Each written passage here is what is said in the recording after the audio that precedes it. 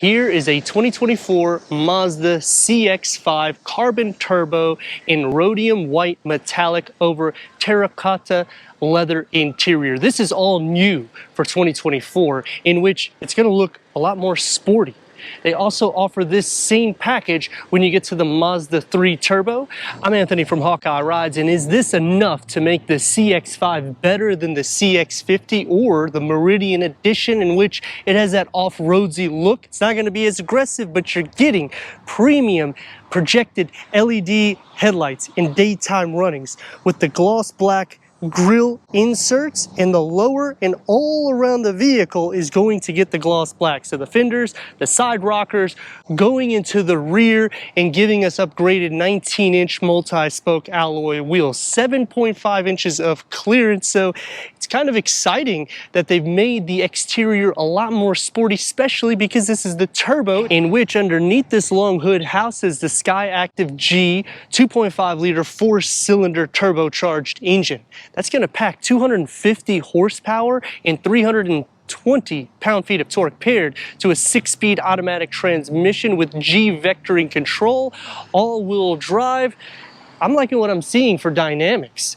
4-wheel independent suspension, a McPherson strut front, and a multi-link rear, achieving 22 mpgs for the city and 27 mpgs for the highway. Comparing this against the Mazda CX-50, it's going to have a little bit different profile stance. That's going to look a little bit more rugged. This one's going to look a little bit more athletic. When you option the Meridian Edition for the CX-50, you're going to get the roof rails and a platform, which with that panel moonroof, it makes no sense because you're not going to be able to use it. But if you're trying to do some rugged performance, you'll have all-terrain tires there. Here, I like that the moonroof is accessible because you don't have anything that's going to be covering it. And towing, it's about 2,000 pounds. So it's not necessarily bad for a sport variant. Comparing it to Audi or Mercedes-Benz, the base trims will have less performance than this, and this is not a base trim though. So you would have to go up the tier, in which those vehicles are going to cost more money. So this becomes a bargain, and it's still sporty because of the suspension setup and the turbocharged engine. Standard LED combination lights, and you get the gloss black that's going to be over it because of this addition. I would have liked to see gloss black on the top and a 360-degree reverse camera. I understand this is not the top trim, but because this is all new and you're trying to make a statement opposed to the CX-50, which has more beefiness to the exterior, and in the interior they worked out some of the big problems that I had, and predominantly it was the center cluster, which I kind of wish that they have reconfigured this, but I like the luxury style that they put into the rear, which you'll see in just a second. Lower is going to get dual exhaust outlets, so it's keeping the sport dynamic look. I would say the big problem that I have with the CX-5 is, instead of refreshing it, they made a CX-50. Power liftgate going into 30.9 cubic feet of storage. The nice thing is, this is, so you can see what I've already done, is you lift this up and it'll slide down to another notch, giving you about, I would say maybe 2 or 3 inches. It's not a huge difference, but every little bit counts. So you have a spare tire and a little nook right here. And another nice thing, once I put this back in here, is these little side trays that open up. It's kind of keeping things if you need it cold or warm. You also get a 12-volt charger, and the best part, you can split fold the rear seats in the back without going, or maybe not, there we go, without going into the back doors in order to do so at a 60-40 split. That's going to increase the cargo to over 50 cubic feet. Because this is a traditional SUV, you're not losing any cargo capacity from top to bottom. Let's go inside and start up this turbocharge so you can hear that exhaust note.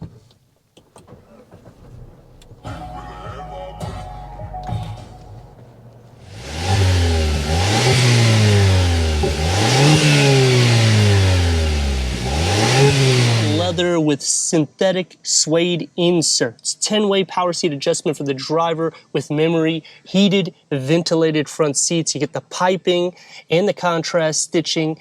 On the passenger side, you'll get 8-way power seat adjustment. Headroom and leg room. The nice thing about the CX-5 is it's a box, so you're getting a lot of space for the interior. Dual climate control settings. QI wireless charger with a 12 volt. Non-touchscreen 10.25 infotainment. This does have wireless Apple CarPlay, wireless Android Auto, Sirius XM, AM, FM, streaming Bluetooth audio. Put it into reverse. And we got a reverse camera. The lines will not move, and it pretty much gives us about 6 inches, give or take. 10 speakers Bose upgraded sound system with a moonroof, auto-dimming rear view mirror, heads-up display, and the gauge cluster has a digital reader that's in the center, 7 inches, that can go through an array of information. Leather wrap steering wheel, 3-spoke with the SRS airbag logo. Adaptive cruise control, lane keep assist, and the paddle shifts with the stocks. Push button start. Gloss black comes around the gear lever with the leather. MI drive, that's going to be your driving mode. So sport, normal, and off-road, which you probably are going to just use normal or sport. Contrast stitching on the leatherette. The key fob for the Mazda CX-5.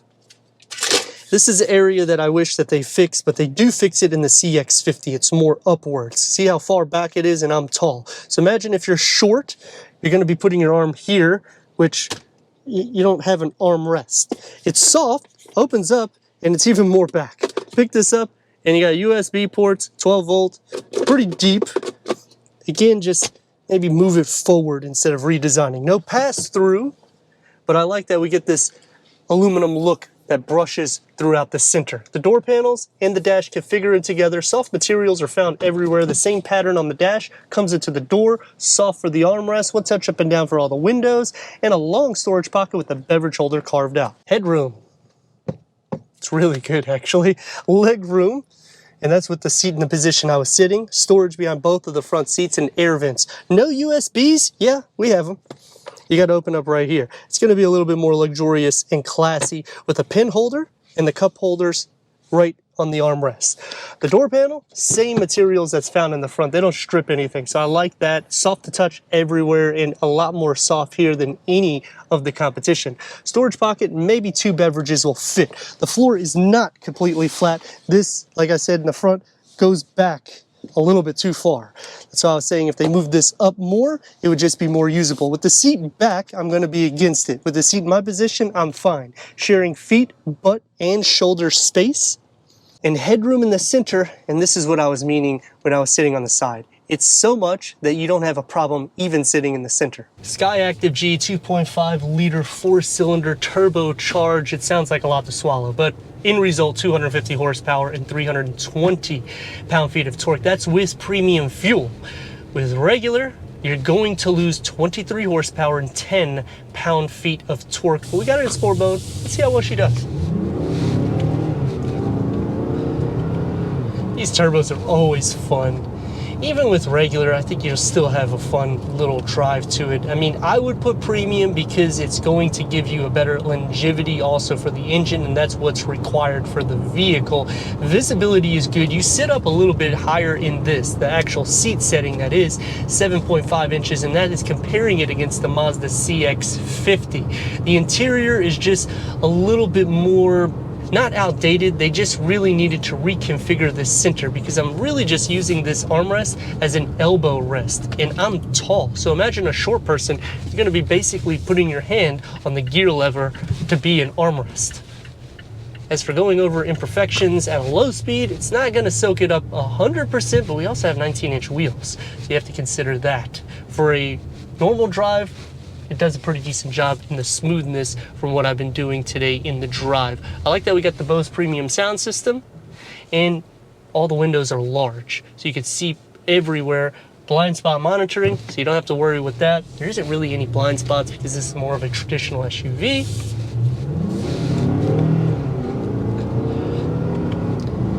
And they're fun. I like the CX-50 a little bit more the way it sets opposed to this for the seat. I like that we're getting the same interior look as the Meridian Edition. I think that was a huge upgrade when they came out with that for the Mazda CX-50, in which it only makes sense to put it across all the boards. It's going to take me to some pros and cons. Starting off with the pros about the vehicle. Wireless Apple CarPlay and wireless Android Auto with the heads-up display. You get ventilated seats. You're getting premium materials throughout the interior of the cabin, plenty of storage, plenty of charging ports, dual climate control, and you can feel the air circulate all around the cabin. Plus, you got nearly 60 cubic feet of storage. Towing isn't the greatest, but you're not gonna get every single thing in one package, not for the price like this. For the cons, I don't like the seat position for the driver and passenger. For the back seat, it's actually feels a little bit lower than the front. I feel like I'm almost on the headliner, in which that's why when I was doing the interior specs, I was like, headroom, I was like, whoa, it's just a lot of headroom.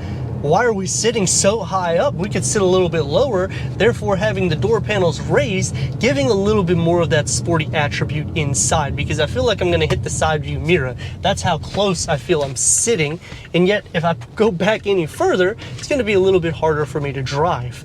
Another con, besides the armrest, is the configuration of the center cluster. They should have put a pass-through.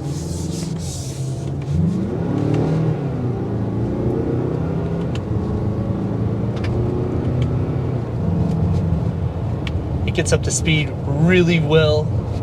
I know it's a solid line. Unfortunately, it's not looking like it's going to open up otherwise, and I don't need to make a right turn. So anybody that wants to put some in the comments, I'm sorry guys, there was nothing I can do. It's more or less kind of like a little bit of a merge. That's what people do here in Port Richey. Some other cons about the vehicle is you have to go into the armrest for the rear in order to use your charging ports for the back seat. I like that it's a luxurious style in which, I get it, they're wanting you to use that as armrest, but most of the time, if you have kids in the back, they don't even use it. You're gonna be telling them, hey, put the armrest down so you can charge your iPad, in which kind of defeats the purpose. For maneuverability, the steering wheel is going to be heavy. It's going to be very similar to the CX-50, but it's going to be a lot more heavy than competition like Infiniti and Acura. If you step it up to Mercedes and BMW, the dynamics to those are going to be closer to the 50-50 weight distribution, and the 0 to 60 numbers are going to be a lot faster. It's still a motivated vehicle, so don't get me wrong. It's just not going to be quite the same dynamics or speed as the Germans, but you're getting a significant savings when you get this, and you're still capturing all of the sport attribute in the sense of getting fast light to light.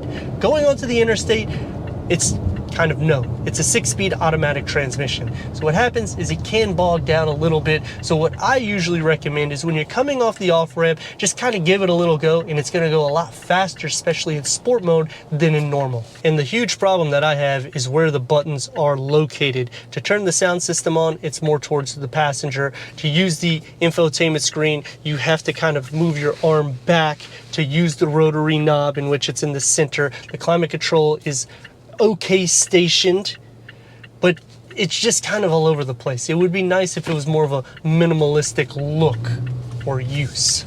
Turn radius is gonna get about lane and a half, give her a go.